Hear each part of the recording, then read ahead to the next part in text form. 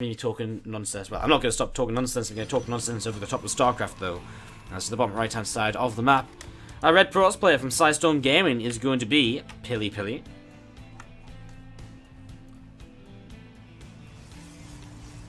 And over towards the lower left is going to be our blue Terran player from Team Elevate. That's here, guys, if you're cheering on MaSa.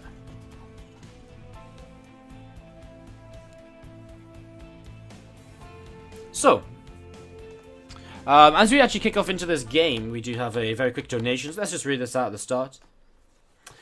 LVS donates $3.43, which is like €3 or something like that. Thank you very much for your donation, Elvias. Can we get some STR hearts in the chat, please? And says, "You look like Jared Krenzel." Or Jared Krenzel. What, pig? I look like pig? Really? You think? No. Not really.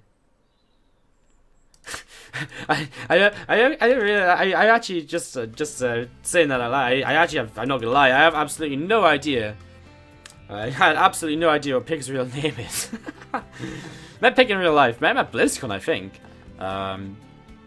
Was really cool guy. Really cool guy. Didn't actually spend too much time with him, to be honest, but just said hi and just had a little bit of a chat for like half an hour or something. Just hung out for a little while, but not for too long. But yeah, that's cool. As we see early on in this game, we do have something interesting from MaSa once again, going for the double gas opening here straight away, dropping down a reactor, and looking to kind of go one base aggression with this time Widowmine. So very fast Widowmine drop from MaSa coming in. We'll see if PiliPili is going to have enough in time to be able to defend this. His scouting information has been lackluster, to say the least. He hasn't scouted at all, and so he has no idea that this is on the way, and he has absolutely no idea what's going on. As you see, a starport coming up, and that first Widowmine as well, getting ready for this aggression.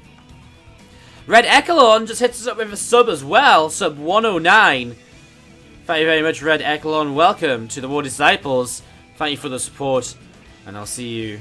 And you will see a replay pack in your Twitch inbox tonight. Let's see some STI hearts in the chat, please, for Red Echelon, and I'll give you my STI heart after this game.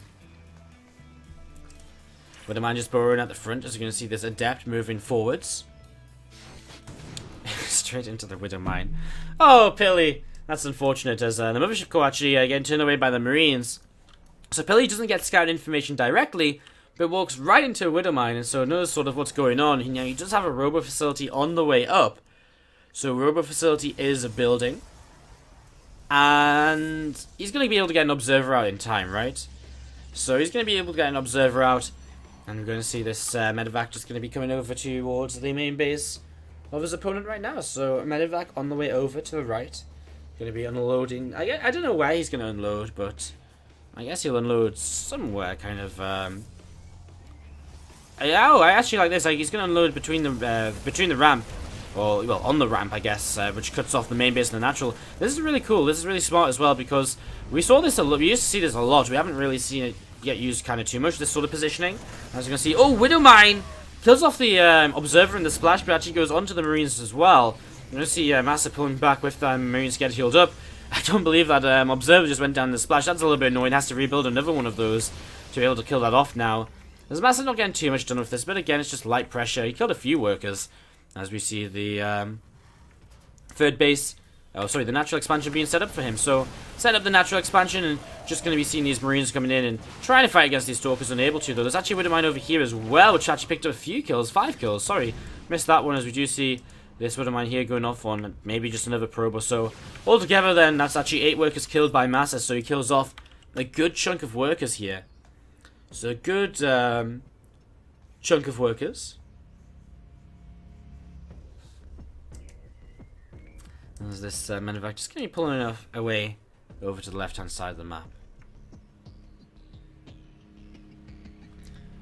Raven going to be on the way out from MaSa, as he has a tech lab starting up a Stimpack. So, Stimpack sort of starting up, and Marine's just on the way out. I'm just going to be seeing again an engineering bay is just going to be coming down over to the side here as well. So, engineering bay coming off to the side from MaSa. And Liberator's actually in the back, just picked up 1 kill but low on health, so Liberator over here just going to sit around for a while, not really be too useful. Cool, I mean, Pili going to go into a very kind of standard follow-up himself, Twilight Council and the Forge, getting up in, into the couple of buildings you'd expect to see as a follow-up when you have to open with a Robo. That Raven takes down the Observer. That's so sick. That's so sick. Alright. So, Raven just picking up something there. We're going to see another medevac popping out. We're going to see another Marine popping out as well. Some more Marines. I mean, this is actually a really weird setup, like a Raven, medevacs, a couple of tanks. I wonder what this sort of really leads us into in the near future. I mean, is he going to push across the map with this sort of army? I mean, he definitely could with PDD or something to kind of soak some Stalker shots could be really nice. Maybe a couple of just auto turrets to kind of help just fight in general. It kind of feels as though he's looking towards that with 2 tanks and the medevacs and the Marines going as well. I mean, that probably is what we're going to see here. He's, don't forget the tanks, MaSa, maybe. No, you don't want the tanks? Nope. Oh, he's just going to make his tanks and just leave them over in the main base. So we're just going to leave them over there. It looks as though he's actually not planning on attacking, so maybe the tank's just for safety. Maybe we've got no real intention of being aggressive. We're going to see those rocks getting taken down, and MaSa's just going to knock those rocks down. And, yeah. Knock those rocks down and boom. So, no intention of actually attacking from MaSa. I guess when you look at PiliPili's army and you think about it, like, would this army really have kind of lost out to Marines and a couple of tanks? Well, it depends on the tank shots, but, well, nah, I don't think so. I think PiliPili would have won out. Especially if all you had to do is buy a little bit of time for +1 and Blink 2. I think you would have been fine. I guess the turn player has Stim, so it's one of them fights you'd have to actually. I think it's one of them fights I'd have to see to really know. Elvias or Elvius, let me know how you want me to say your name, please. Preferably during a break so I can actually read it. Thank you very much for your sub. Can we get some more STI hearts in this chat? Alright, you guys are making this game full of STI hearts. This one game right now has had like 3 sets of STI hearts already. Revolution! We have a 4th set of STI hearts. He drops a sub as well. Sub 111. Sub 111. Thank you very much, Matt. Welcome back to the War Disciples. I know that's a resub for you. Welcome back. Appreciate it, buddy. Let's just spam STI hearts, shall we? So much love coming in on Ruins of Endian as we see, I mean, MaSa building up into a big 2-base timing, obviously. I mean, it wasn't an attack earlier, but he's built up to 5 racks. It's looking for aggression, and when he's going to be attacking forwards right now, he's quite far up on army supply. These tanks are going to make life difficult. As we see those few tanks just loading up. Marine's going to knock down those rocks, and we're going to see a few adepts just moving forwards. Looking to see what they can get up to. Scan on this army. As we see adepts and stalkers and immortals. We'll just kind of join together. These adepts have to be a little bit cautious. And they are a little bit cautious. As you see them tanks loading up once again. Going to move forwards. Going to unload over here. Going to start working on these gateways in the main. Pili has a lot of those. All clumped up together, which isn't really kind of a bad thing. As you can see, turrets and bunkers going down. MaSa just getting ready to kind of protect this. He does have PDD available on the Raven. He's also got Seeking Missile, which is probably not going to be used, but he's also got auto turrets, which can maybe mess up with the AI a little bit. And we're going to see again bunker on the way down there. Going to load some Marines up into the main base too. And at some point soon, Pili has to commit to this as we see these adepts shading forwards. And we can see him just looking to kind of jump on top of this army. Big stim in. Here we go. Adepts are going to start jumping in. A couple of PGDs come down. They're not going to last too long. They get absorbed very, very quickly as PiliPili is starting to make his way through this army. Tank's going to go up to the high ground. These adepts, they need to be careful with where they commit. And reinforcements coming in from MaSa is making this okay. And some adepts actually warping into the main going to really help out too in terms of defending. As we're going to see MaSa just pulling back a little bit. And I think PiliPili's held on. And of course, this is 2 base attack from MaSa. And so Pili holding the first wave of this is so important because he's naturally just going to have more eco over time. And so naturally he's going to be able to keep on producing, whereas MaSa will eventually run dry. So really kind of solid hold from PiliPili so far. We're going to see his adepts shading forwards. You'll actually commit to this. Tank's going to unload though, and that's maybe a little bit of overcommitment from Pili. Man, I mean, his setup here is so good. So many immortals in the back as well. 3 kills, 3 kills. I thought it was about to say 2,000 kills. That's the Vespine Geyser. few kills on each of these immortals. I mean, they're not really fighting against anything like super but they're staying alive, so the attack units are kind of nice here to keep alive. As you see a big blink forwards, well, quite frankly, these Liberators are going to start going down, but he doesn't target the other Liberator. He loses a lot of his Stalkers while doing this, and so Pili actually all of a sudden dropping quite heavily in supply. That was a little bit of a messed up fight. He didn't get rid of that other Liberator fast enough. He lost a lot of his Stalkers, not just to the Liberator fire, but also just the bio cleaning out them Stalkers too. So he only got rid of one of those Liberators. And you need to just get rid of a few more than just one. As you can see, Pili just back to sort of taking this a little bit easy for a few moments. The depths are... Oh, don't want to shade onto those just yet. Don't want to shade onto those tanks. Unless he's really ready to fight with everything. He had so many gateways here once. Now he's only got a few. Going to whoop in a few more depths. Get ready to go once again. Another Liberator on the way up. Pili could whoop in up to that high ground though and use this to help defend us. Here we go. He's going to blink in again. This time, not really in range of too much with the Stalkers. I mean, obviously the tanks are going to do some damage. But he's able to kind of just... he's able to fight a little bit better this time around. As we'll see him blink into the low ground, and he actually gets behind these Liberators, so you can pick them off a little bit more easily. As now these tanks are going to start falling too. MaSa simming on in, still holding this off, but these mortals are still around, and Pili just reinforcing with so many Stalkers. +2 about to kick in for him, so he's about to take a +1 weapon upgrade lead. Nice blink as well to catch that Liberator. As he's actually hogging the tank with a medevac, the medevac with a tank inside. Imagine a tank with a medevac inside. That would have been crazy. The Stalker's blinking forwards again. Tank goes down. I think at this point, Pili just has a little bit too much. Marines are good, but so many Immortals, so many Stalkers. And we're just going to be seeing these Stalkers and Immortals just pushing through the south side.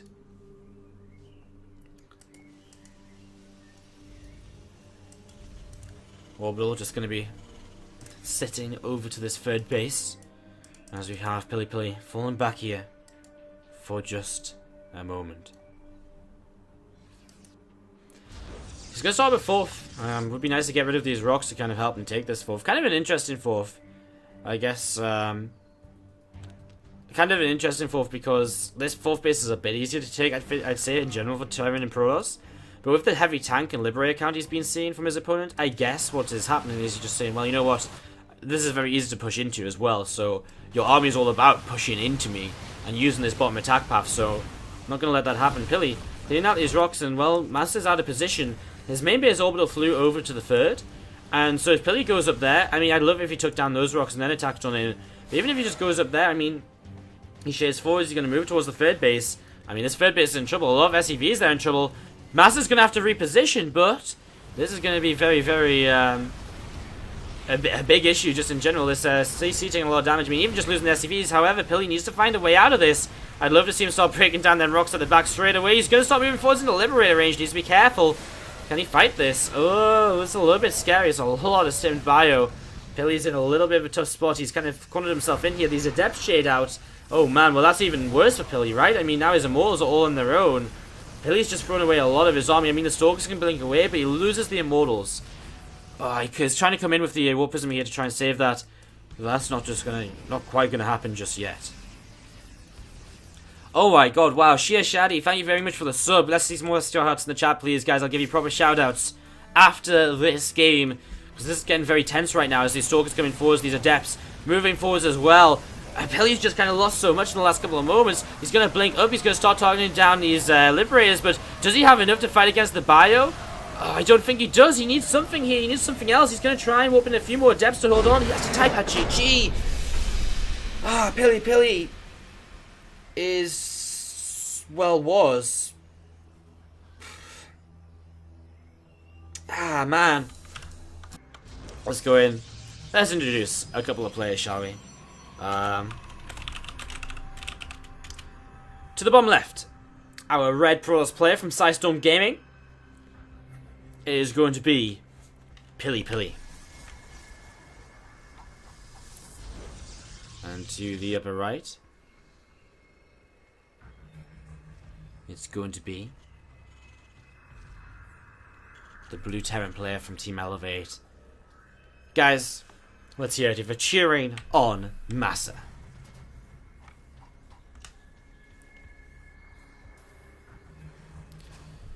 Whew. What a game number one. Pili, I think, held, was doing fine, overcommitted up the third base. No way out. Just left on the opportunity, which is fine and all, but no way out. And he just lost... He only lost the Immortals, but that's a big core of his army, you know? It's a big core of his army. And losing those kind of really just takes away a lot from it. And that led us to kind of the position we ended up in at the very end of that. Early game here, going to be a bit more of a standard build from MaSa, not going to be kind of one base aggression. And just in general, Dusk Towers is going to play out a lot more differently to Ruins of Endian. Probably not going to see kind of a big 2 base play from MaSa and committing across the map and trying to kill. You can't push through the south side of, you can't push through like you can on the south side of Ruins of Endian, with kind of, no way to be flanked really, and very powerful. That kind of area of the map is really powerful for area of effect or kind of siege units such as the Liberator, such as the Siege Tank, because you shut down large, important areas of the passageway very, very easily. Going to be seeing this SCV just coming in. Again, MaSa at this point, more than anything, just wants to see that Nexus on the way in the natural. As we're going to be seeing the SCV pulling away, going back towards the top right-hand side of the map.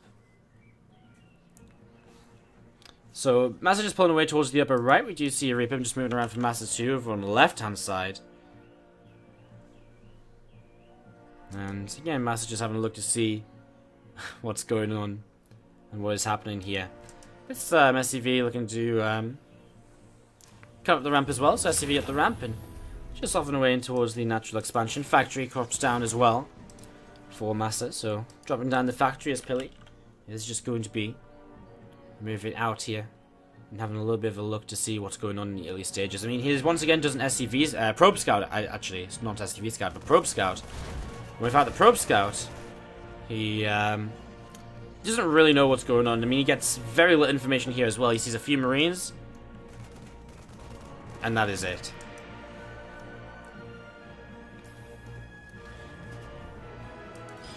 Reaper in towards the main base, looking around, and so MaSa does get his scouting information. He sees that Robo. Does he see the Twilight? No, he doesn't go down to the natural. Does keep the Reaper alive though, so kind of able to maybe scout with that again in a little bit. And yeah, just going to be sitting over to the side here with that Reaper as well. So just set off to the side of the Reaper. Stimpack is on the way from MaSa and Starport finishing. So very standard kind of go-to build for him here, it seems. This is what he used against Dominic, if you remember when we watched him in the round of 8 of the winners bracket. This is pretty much the same build that he used back then. The very fast stim, the very fast double medevac drop in towards the main base of his opponent, basically, is what he went for. So I'm going to be seeing those medevacs on the way out. They'll be coming out soon. I mean, it's not really, this is just kind of a pressure play. It's just a way to play, basically. As we're going to see the few SCVs just on the way out and looking to head towards the natural to keep on saturating and keep on mining. Black Exo Red just hit that sub button as well. Can we see some more SGI hearts in the chat, please? I know you're probably all getting very exhausted, you subscribers, of hitting the SCTI hearts so much in the last 20 minutes. Thank you very much for the support, everyone. And Black Exo Red, thank you very much for joining us as subscriber 113. Ooh, unlucky 13 with a 1 in front. What does it mean? Hopefully you're not superstitious. I guess 13 and 113 are very different. I mean, they're like, there's 100 numbers between them, basically, you know? It's, they're very far away from each other. Thank you very much, Black Exo Red. Appreciate it. As we see, an observer went down to the scan from MaSa. MaSa not actually lifting up these units at all. He's actually waited for 4 medevacs and is still yet to move out. So, in the end, he doesn't kind of go for the kind of fast attack. He's going to kind of still have a fast, with what he's going to have when he attacks, it's still going to be fast. It's still going to be fast for him to have, combat shields and +1 and so on and so on and so on.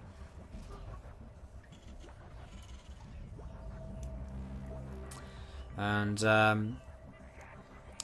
yeah, just going to be seeing a couple of Widow Mines just on the way up from MaSa. So a couple of Widow Mines on the way from MaSa. We see, again, combat shields and +1.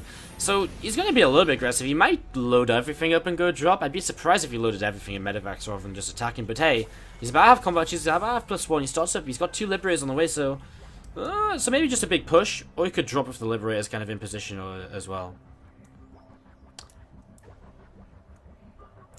So, as we see a Marine just moving out onto the map, this observer is moving around for PiliPili.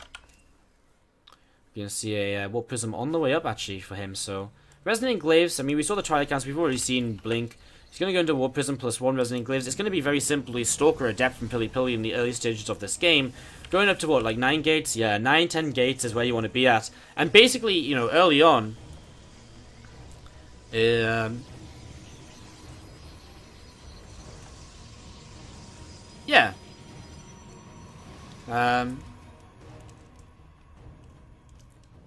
What was I saying? Like, couple more adepts coming in.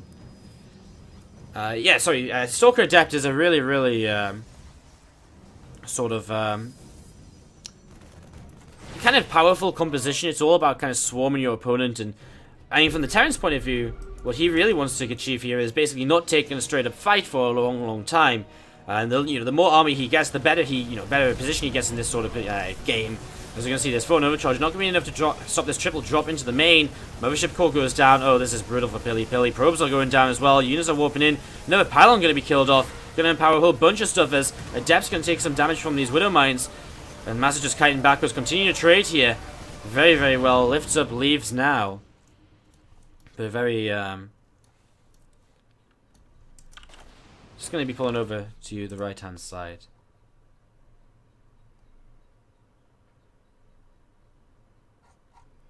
So, you're going to be seeing these few Marines just sat under an observer there. Very successful drop. I mean, empowering a lot of buildings and killing a couple of gates. Killing a couple of pylons and stuff like that. As we see a... Whoa! Widow Mines! Just coming back in. There's only 6 workers. Or maybe a couple less because the Widow Mines already hit off. But, whoo-hoo! That was scary. Black Zored. You know what? I actually very nearly said black is I nearly said the X as like Z sound instead, but I just thought I'd say black X. So sorry for getting your name wrong, and thank you once again for your sub.